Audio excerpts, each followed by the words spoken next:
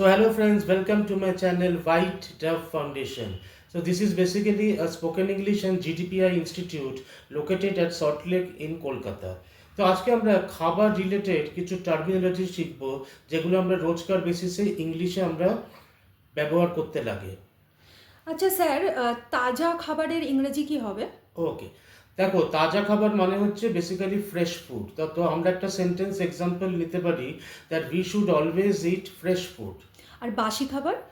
বাসি খাবারের ইংলিশ হচ্ছে স্টেল ফুড, STALE। তো এই ক্ষেত্রে আমরা একটা এক্সাম্পল নিতে পারি, this food is stale food because it was in the refrigerator for 30 days। আচ্ছা, পচা খাবার?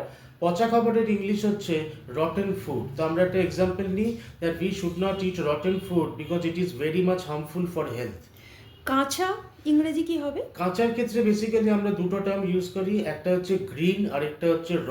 তো ফর এক্সাম্পল আমি যদি বলতে চাই কাঁচা আম, সেই ক্ষেত্রে আমি এটাও বলতে পারি গ্রিন ম্যাঙ্গো আর আমি এটাও বলতে পারি র ম্যাঙ্গো।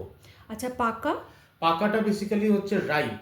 তো for example we always should eat ripe mangoes, মানে আমাদের সবসময় পাকা আম খাওয়া উচিত। আর রান্না করা খাবার? তো রান্না করা খাবার হচ্ছে বেসিক্যালি কুকড ফুড। তো for example we should not eat raw vegetables, we should always eat cooked vegetables. Thank you so much. So friends, যদি আমার এই ভিডিওটা আপনাদের ভালো লেগে থাকে দেন কাইন্ডলি আমার এই চ্যানেলটাকে লাইক, শেয়ার অ্যান্ড সাবস্ক্রাইব করে দেবেন।